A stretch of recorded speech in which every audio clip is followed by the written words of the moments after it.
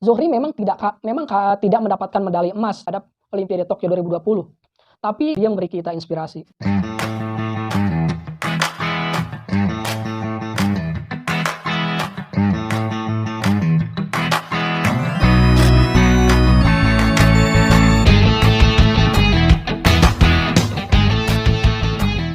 Halo milenial, jumpa lagi dengan Rindu Diskusi. Udah lama gak diskusi? Kamu pasti masih larut dalam suasana bahagia menyaksikan jagoan Indonesia, Grecia Poli dan Apriani Rahayu memenangkan medali emas dalam kejuaraan bulu tangkis ganda putri di ajang Olimpiade Tokyo 2020 Senin kemarin. Seluruh Indonesia merayakan kemenangan itu dengan membuat meme, reels di Instagram, feed, TikTok, update status di WA, posting di Facebook, hingga trending di Twitter dan YouTube. Dan tidak tanggung-tanggung, usai meraih kemenangan, Presiden Joko Widodo menghubungi para pemenang Olimpiade itu lewat video call dan menyampaikan terima kasih mewakili seluruh rakyat Indonesia dan menyebut ini adalah kado ulang tahun Indonesia Merdeka.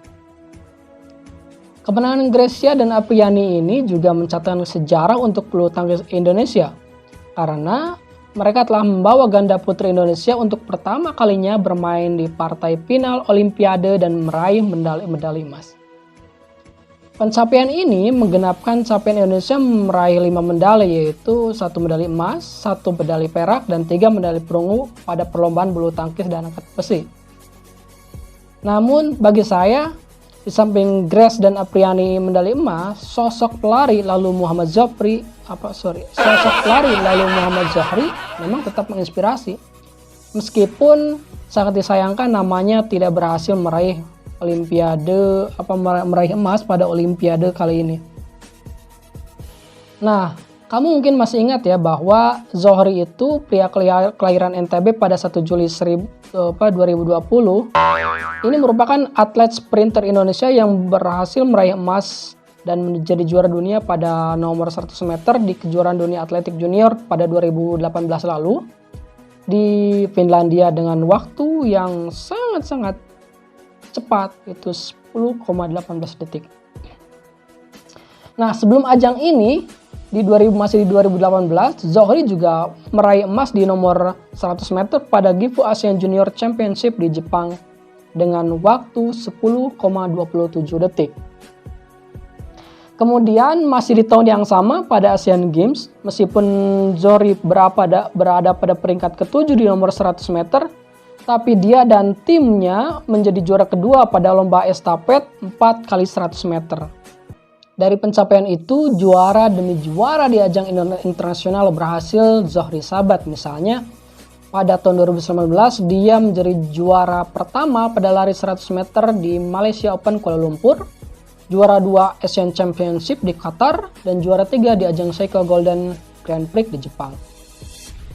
Bagi saya dan mungkin juga bagi sahabat-sahabat milenial, Zohri tidak hanya menginspirasi karena prestasi-prestasinya, tapi juga karena proses panjang yang pedih dan melelahkan, dan justru kemenangan ini didasari dari kekurangan dan keterbatasan. Dan Zohri berhasil mengubah dan mengakumulasi kekurangan itu menjadi semangat dan pecut untuk terus melaju. Seperti pepatah, lubang itu ada untuk melompat. Semakin banyak lubang yang dialami Zohri, maka itu semakin menjadi batu loncatan untuk terus melompat, lebih tinggi, lebih kencang, dan menjadi pemenang. Saya ingin cerita ya bahwa pada sisi ekonomi, Zohri itu bukan siapa-siapa. Dia bukan dari keluarga besar, keluarga konglomerat, keluarga berkecukupan. Justru Zohri berasal dari keluarga yang kurang mampu dengan sangat jauh dari kata-kata kecukupan. Rumahnya saja terbuat dari papan dan bilik bambu yang beratapkan asbes, dan beberapa bagian dari dinding itu sudah melepuh. Orang tuanya sendiri adalah berprofesi sebagai buruh tani dan nelayan yang tidak seberapa dan tidak mencukupi kehidupannya. Dan lebih memprihatinkan lagi, Zohri menjadi yatim piatu karena ditinggalkan ibunya pada 2015 dan ditinggalkan ayahnya pada 2017.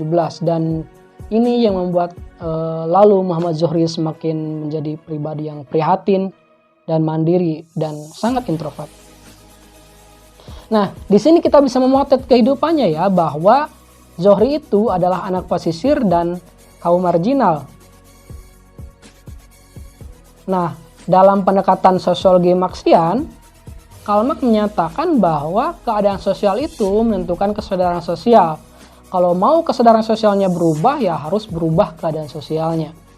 Apa yang terjadi dengan anak pantai dan anak marginal? Anak pantai itu pikirannya terbuka, karena setiap hari dia selalu bersentuhan dengan samudra, dengan laut, dengan ombak, dengan horizon, dengan kaki langit. Dan dia berhadapan dengan alam-alam yang sangat terbuka. Kemudian kepribadiannya juga anak pantai itu sangat kuat dan penuh dengan tantangan. Karena dalam mata pencaharian itu selalu berhadapan dengan tangkapan ikan yang penuh dengan ketidakpastian. Berbeda dengan anak-anak gunung, anak-anak petani yang dia sudah bisa memprediksi kapan dia menanam dan kapan dia panen.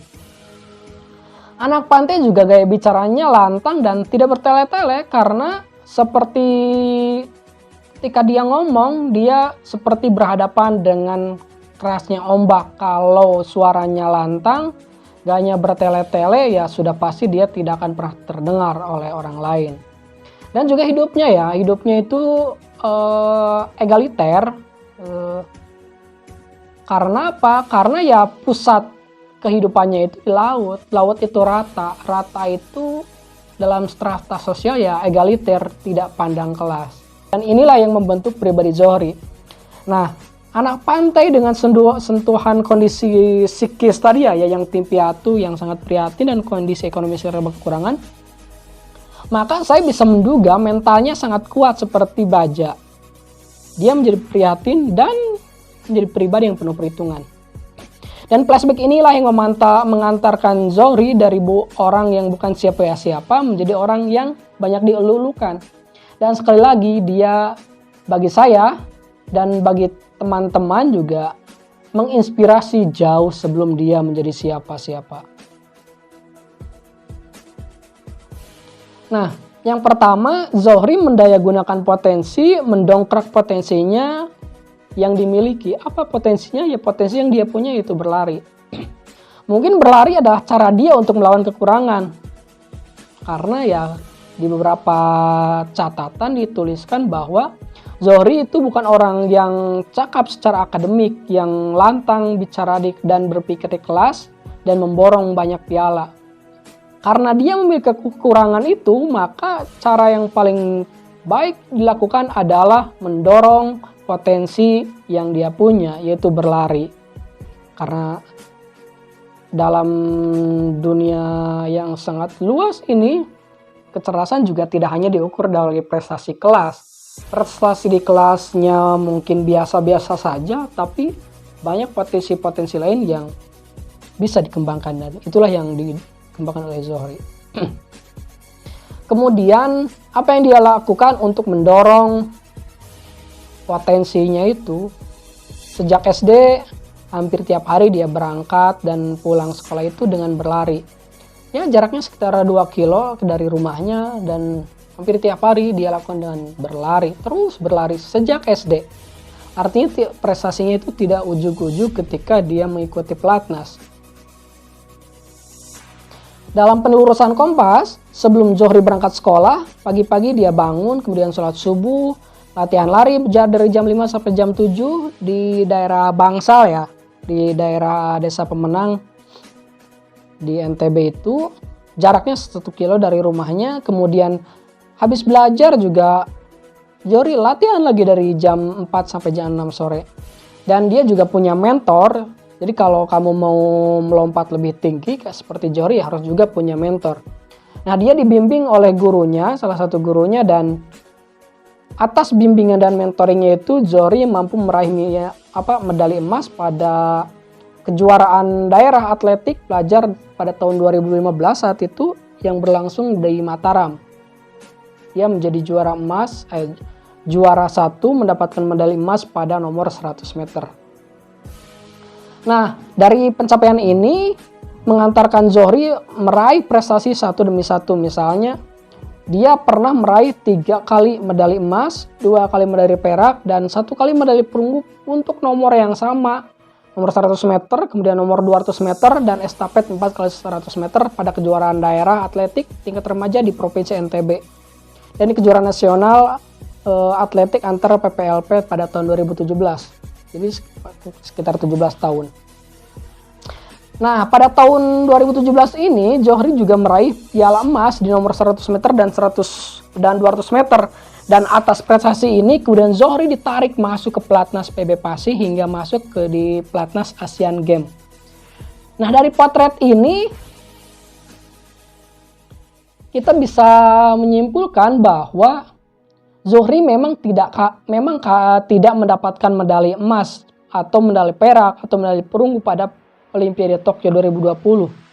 Tapi saya ingin menegaskan bahwa dia memberi kita inspirasi. Nah, atas semua prestasinya itu yang konsisten dia lakukan, dia dijuluki sebagai orang tercepat di Asia Tenggara dan masuk dalam daftar Forbes 30 Under 30 Asia Class pada 2021 di bidang entertain dan sport, dan dia bersanding dengan Maudy Ayunda. Nah, saya ingin mengutip pada liput6.com pada 22 April bahwa Forbes ini adalah majalah yang menampilkan para milenial yang cerdas, yang inovatif, dan para pemimpin generasi Z. Ya, generasi Z 97 ke sini ya. Generasi Z yang gigih dan berkembang meskipun sekarang ada ketidakpastian global. Dan di dalam laman Forbes.com dinyatakan bahwa Zohri dijuluki pria tercepat di Asia Tenggara. Sprinter ini berhasil mencetak rekor nasional baru untuk orang Indonesia dengan 10,13 detik dalam lomba 100 meter pada 2019 dan memenangkan medali perak pada kejuaraan atletik Asia di Qatar. Nah, kemudian Zohri juga menjadi orang Indonesia pertama yang meraih medali emas 100 meter di kejuaraan junior. Ini sangat luar biasa. Saya tidak mengajak sahabat-sahabat milenial untuk menjadi Zohri, tapi saya ingin kita mengambil inspirasi dari dirinya untuk menjadi diri sendiri dalam menyongsong perubahan dunia yang sangat cepat di dunia yang serba digital ini, menjadi pribadi yang gigih, pribadi yang inovatif, menjadi seorang pemimpin, menjadi seorang pelopor perubahan. Dan mengakhiri sesi, saya mengutip salah satu hukum kekekalan energi. Yang pertama, energi tidak bisa diciptakan dan tidak bisa dimusnahkan. Dan yang kedua, energi hanya bisa berpindah dari satu bentuk ke bentuk yang lain.